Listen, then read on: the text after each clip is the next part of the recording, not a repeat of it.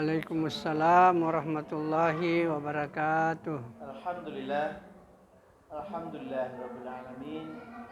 Allahumma shalli ala sayyidina Muhammad wa ala ali sayyidina Muhammad wa sallim taslima. Alhamdulillah, sebelumnya guru kita Ustadz Dr. Andi Darussalam yang barakallah, beliau sudah bersama kita, dan juga alhamdulillah di studio ada orang tua kita Bapak Haji Arif Nasuha yang barakallah, beliau selalu memotivasi kita semua dalam agenda dakwah, dan seluruh pemirsa YouTube channel DKM Kuala Kencana yang sama-sama kita mengharap kepada Allah SWT.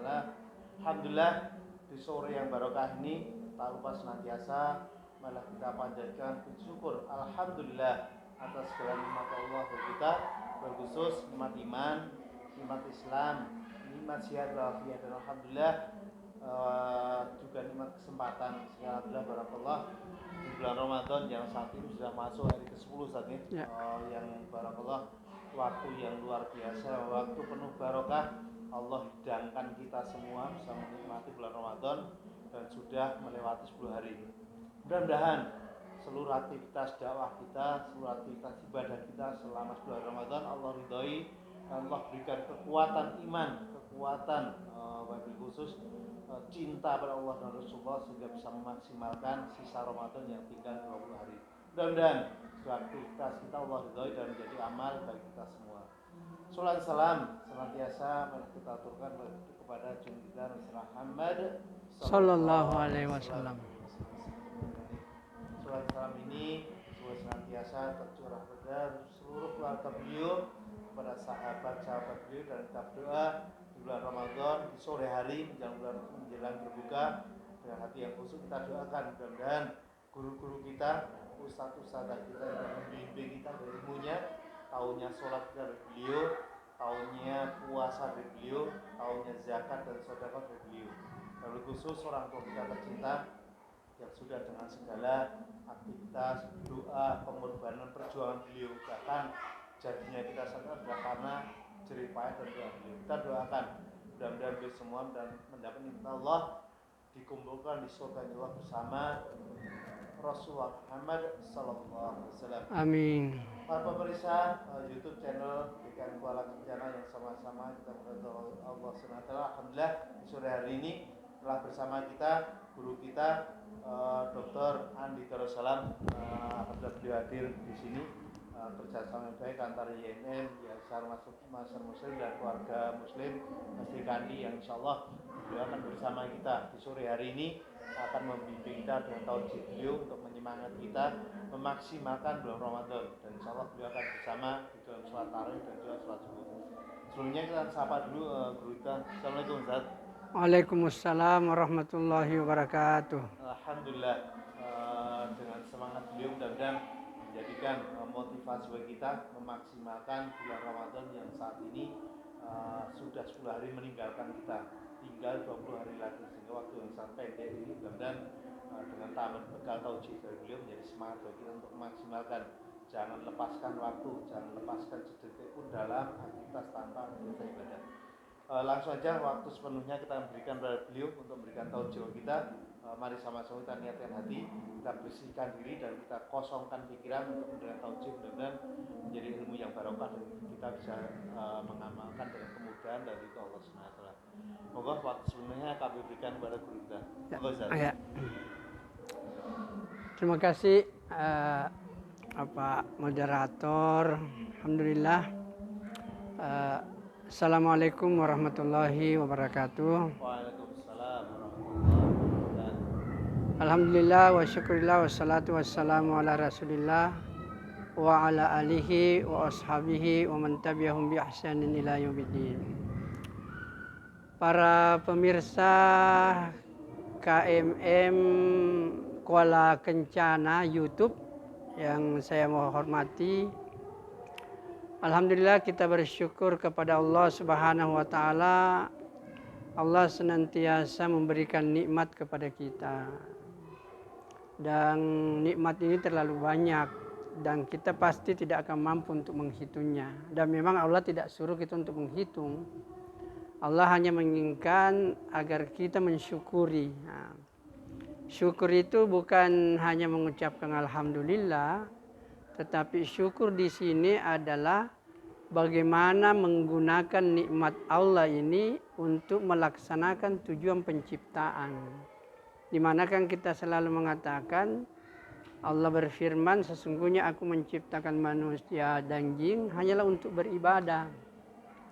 Maka semua nikmat-nikmat yang Allah berikan ini tujuannya ke situ. Allah kasih nikmat hidup pakai untuk taat kepada Allah. Allah kasih kita nikmat harta itu mestinya dipakai untuk taat kepada Allah. Allah kasih kita nikmat sehat, kesehatan ini juga untuk dipakai untuk taat kepada Allah. Pendek kata sebenarnya apapun yang Allah berikan kita itu tujuannya agar itu dipergunakan untuk taat kepada Allah. Tadi saya sudah sampaikan dalam Kultun Suhur bahwa sebenarnya kebahagiaan ini mudah saja apabila tujuan hidup kita secara pribadi seseorang itu sama dengan tujuan penciptaan kita. Maksudnya gini, Allah menyuruh kita beribadah. Dan kalau setiap kita ini menjadikan ibadah sebagai maksud dan tujuan hidup, alangkah indahnya hidup ini. Yang jadi masalah kalau lain maunya Allah, lain juga mau kita. Dan bahkan kalau di perusahaan-perusahaan kayak begitu, biasa kita sampaikan bahwa kebahagiaan, ketenangan kita bekerja itu sederhana saja. Apabila tujuan kita bekerja sudah sama dengan tujuan di mana kita bekerja, perusahaan di mana kita bekerja. Jadi tujuan perusahaan dengan tujuan kita sama, maka kita akan enjoy untuk melaksanakan seluruh kegiatan di situ. Karena tujuan kita sama, perusahaan ini mau begini, kita juga mau begitu. Begitupun juga dalam hidup kita di dunia ini, kalau Allah menghendaki kita beribadah dan tujuan kita juga kita fokuskan untuk beribadah, maka kehidupan ini akan terasa nikmat. Dunia ini sudah seperti rasa surga sebelum kita masuk ke surga yang sesungguhnya. Jadi para pemirsa YouTube KMM Kuala Kencana Freeport GMM Kuala Kencana yang saya hormati, oleh karena itu ada satu hal yang sebenarnya perlu dipahami, bahwa agama ini sebenarnya tujuannya itu adalah untuk membahagiakan kita. Mari kita lihat secara sederhana. Seandainya agama ini diamalkan, diterapkan, alangkah indahnya hidup. Artinya kalau di kampus biasanya itu diajar bahwa inti agama kan ajaran Al-Quran, hadis. Itu isinya ada tauhid, ada ibadah, ada muamalah, ada muasyarah, ada akhlak. Tetapi kalau diperhatikan dengan seksama, inti pokoknya dua. Yang pertama itu adalah perintah yang harus dikerjakan, kemudian larangan yang harus ditinggalkan. Mari kita lihat, berpikir sederhana saja. Seandainya semua perintah-perintah Allah ini dikerjakan, alangkah indahnya hidup. Allah suruh kita adil, kita adil. Allah menyuruh kita jujur, kita jujur. Allah menyuruh kita menghormati sesama, kita lakukan. Allah suruh kita sholat, kita sholat. Allah nyuruh kita puasa. Kalau semua ajaran agama ini, perintah ini dikerjakan, saya yakin alangkah indahnya hidup. Dari sudut perintah. Kalau kita lihat ke sisi yang lain, misalnya kita meninggalkan larangan. Coba bayangkan kalau masyarakat itu tercipta, semua larangan Allah ditinggalkan. Tidak ada orang yang mencuri, tidak ada orang merampok, tidak ada orang berzina, tidak ada orang yang menipu, tidak ada orang minum khamar, tidak ada orang berjudi. Kira-kira kalau ada masyarakat seperti ini, enak nggak kita hidup? Perintah Allah kita kerjakan semua, larangan Allah kita tinggalkan semua, maka kehidupan ini sebenarnya rasa surga itu sebelum kita masuk ke surga yang sesungguhnya. Inilah agama. Jadi agama itu menghendaki kita hidup bahagia. Tapi kebahagiaan itu akan datang apabila agama diamalkan. Bukan hanya didiskusikan, bukan ditablik akbarkan, bukan di seminar internasionalkan. Tapi yang bisa memberikan kebahagiaan apabila agama itu diamalkan. Nah, ini kuncinya ini. Dan bahkan sebenarnya agama ini kalau kita mau melihat agama kita ini bagus, sebenarnya kan ada tiga komponen pokok. Pelajari, amalkan, sampaikan. Itu saja. Pelajari Al-Quran, amalkan, sampaikan kepada orang lain. Pelajari hadis, amalkan, sampaikan kepada orang lain.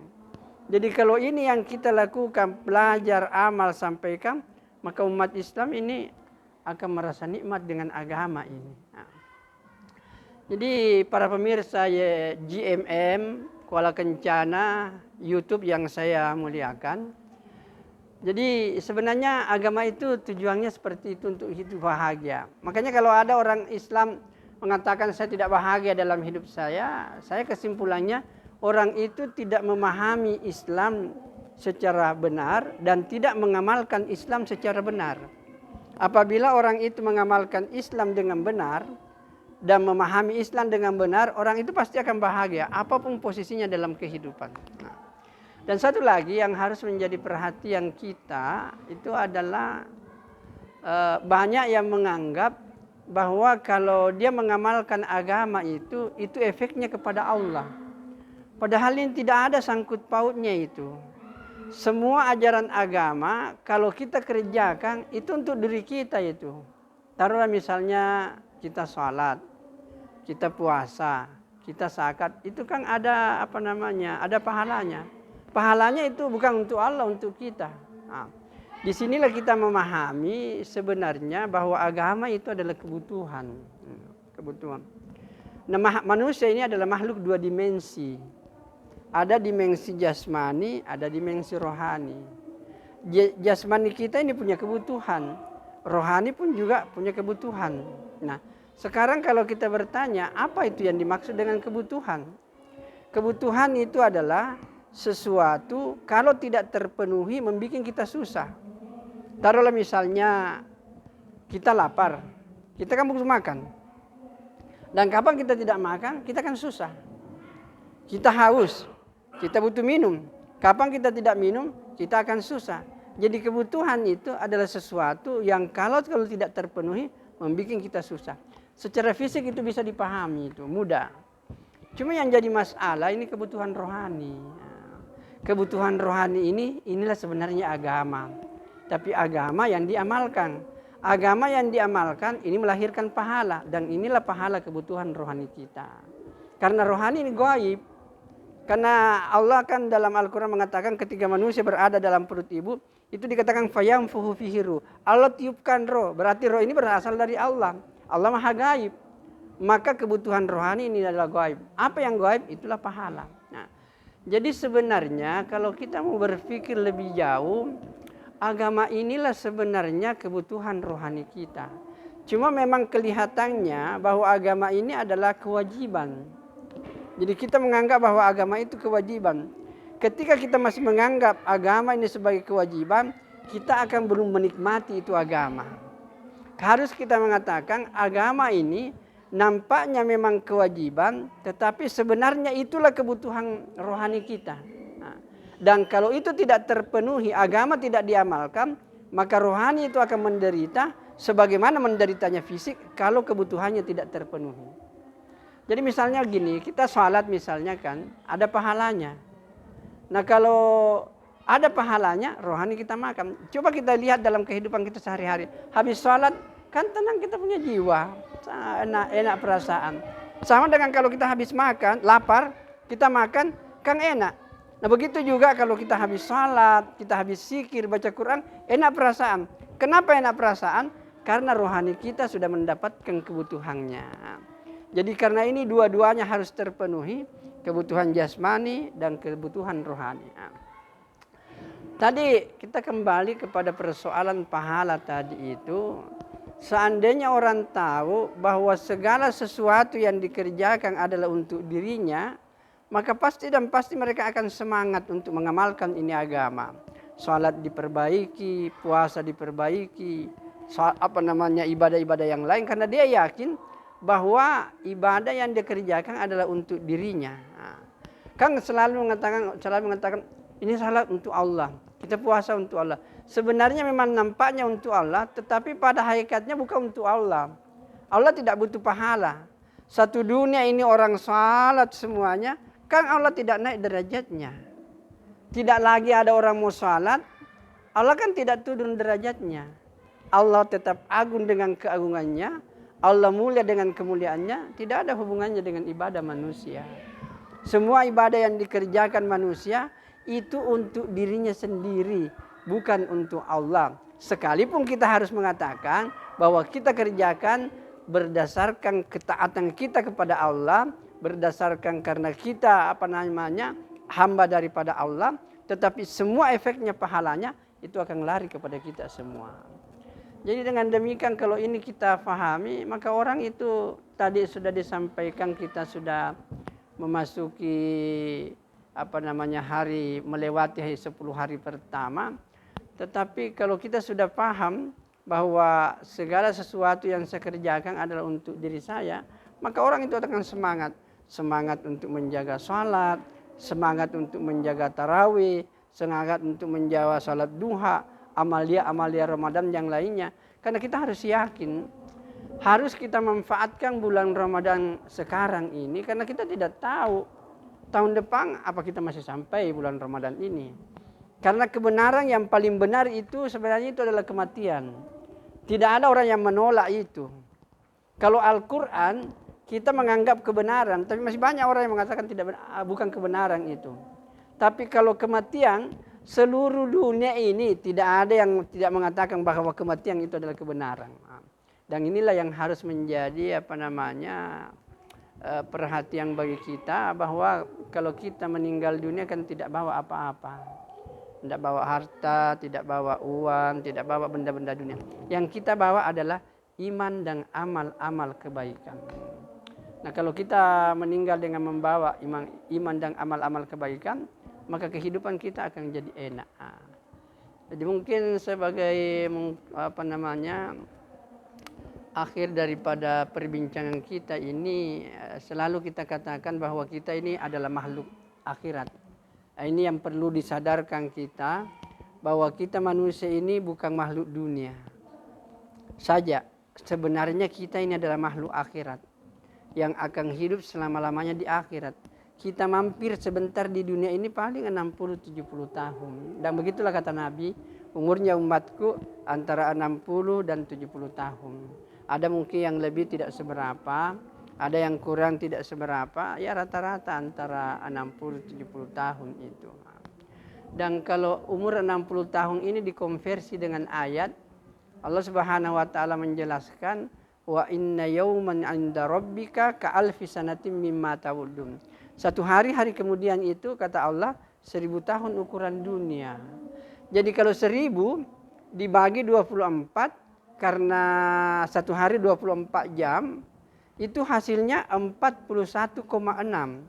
Artinya 41 tahun dunia 6 bulan itu baru 1 jam hari kemudian.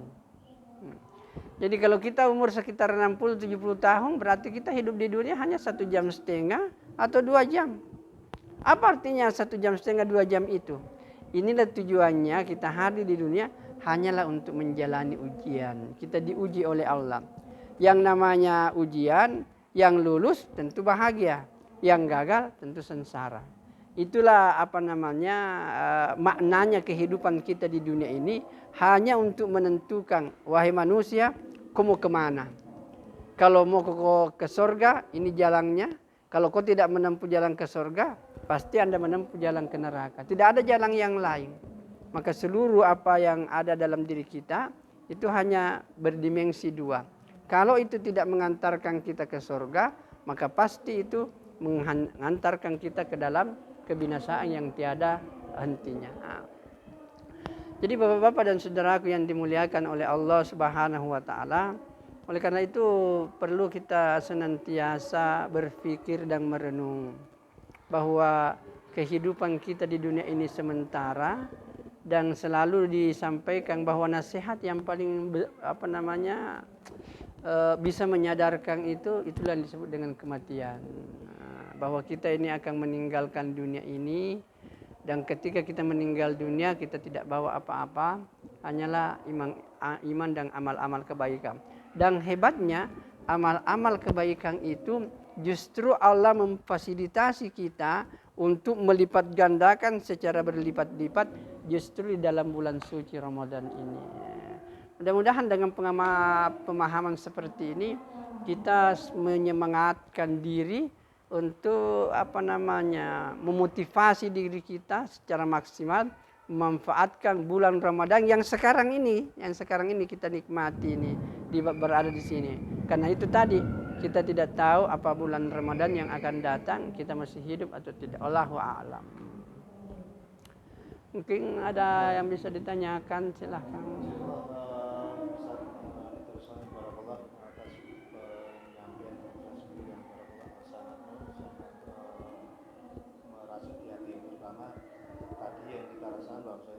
Gambaran bagaimana seseorang yang lapar, saking laparnya kita pasti mencari sesuatu untuk kita makan. Itu kita merasa lapar sekali, ingin mendapatkan makan juga, berusaha apapun karena ingin dapat makanan. Sehingga saat makan itu terus terasa nikmat. Nikmat. Tapi juga beliau sampaikan bagaimana juga saat kita melakukan ibadah. Terus kadang memang kita melakukan ibadah itu seolah kayak perintah, sehingga karena bahasa perintah seolah kita melakukan sesuatu karena disuruh, sehingga ada rasa seolah jadi beban, keterpaksaan begitu ya. Tadi beliau menyampaikan, dan ini mungkin boleh jelaskan tadi bagaimana kiatnya biar saat kita beribadah itu seolah memang itu kebutuhan harus kita lakukan. Tapi saya sampaikan dengan kita beribadah Allah berikan pahala itu jadi makanan roh kita. Namun karena itu dimensinya itu pikiran kita masih mungkin ada kiat apa saja. Jadi biar kayak macam tadi, ibarat kalau kita lapar terus kita mencari suatu makan karena pengen kebutuhan kita. Kalau ibadah itu gimana rahasianya sih? Seperti butuh kita gitu.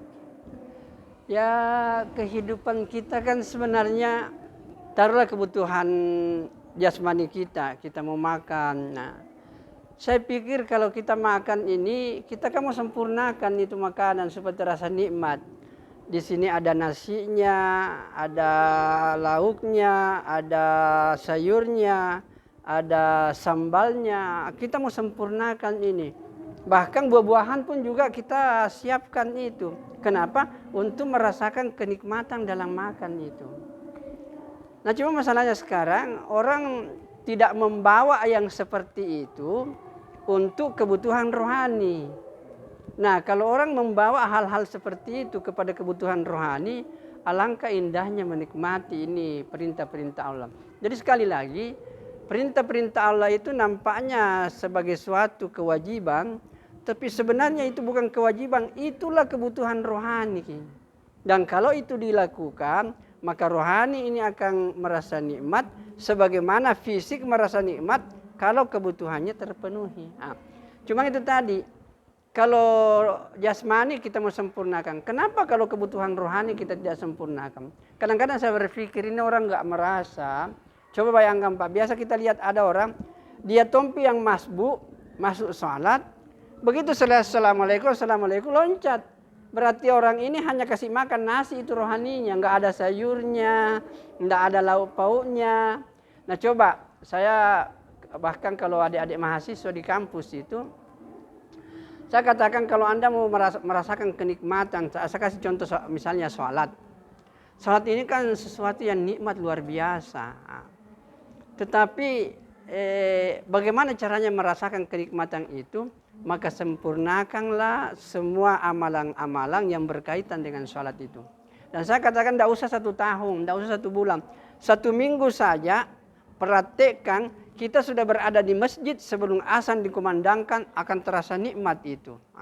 Coba bayangkan, kalau kita sudah di masjid sebelum azan dikumandangkan, kita ada kesempatan baca-baca Quran, kita ada kesempatan zikir-zikir, kemudian orang kumandangkan azan. Nah, jadi azan ini kan luar biasa, karena kata Nabi, siapa orang yang azan itu, berapa jamaah yang hadir untuk menghadiri sholat berjamaah itu, maka pahalanya diambil semua oleh orang yang azan.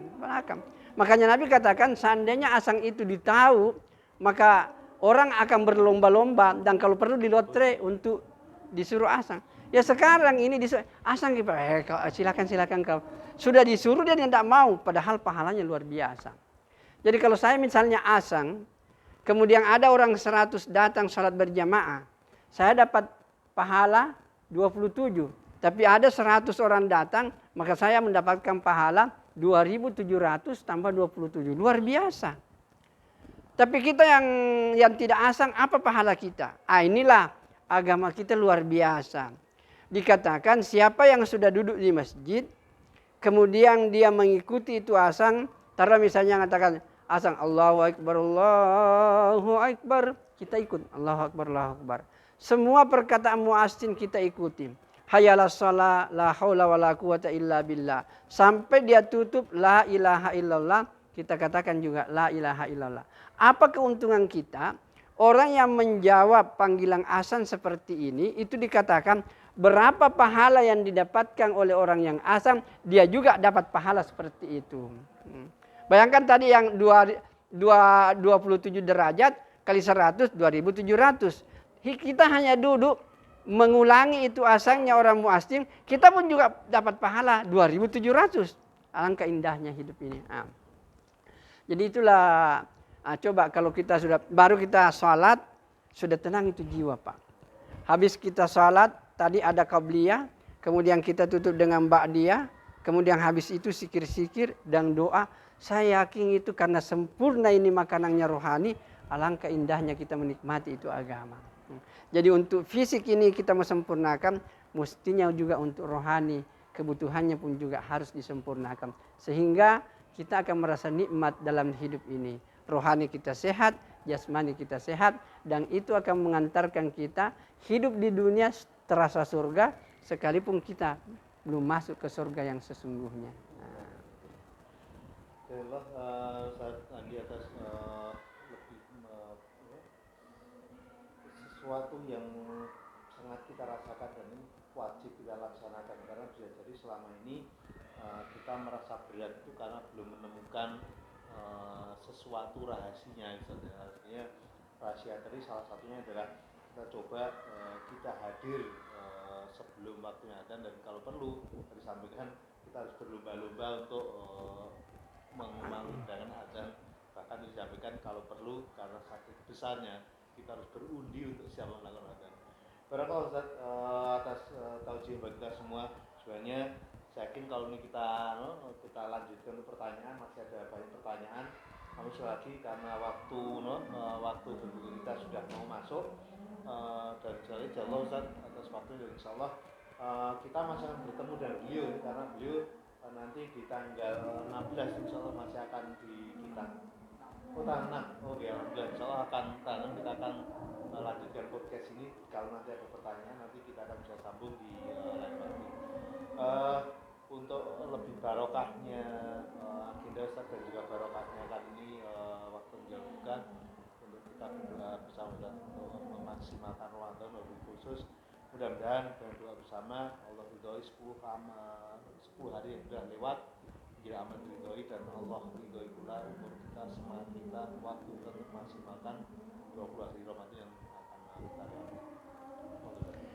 Baik, bismillahirrahmanirrahim. Alhamdulillahirabbil alamin, hamdan na'imin, hamdan syakirin, hamdan yuafi ni'amahu wa yukafi'u mazidah. Rabbana lakal hamdu wa lakas syukru kama yanbaghi li jalali wajhikal karim azimi sultani. Allahumma hdina wahdi bina wahdin nas jami'a waj'alna sababan liman ihtada. Allahumma hdina ya Allah ila siratikal mustaqim. Allahumma inna ala zikrika wa syukrika wa husni ibadatik. Allahumma arinal haqqa haqqa warzuqna ittiba'ah wa arinal batila batilan warzuqna ijtinabah.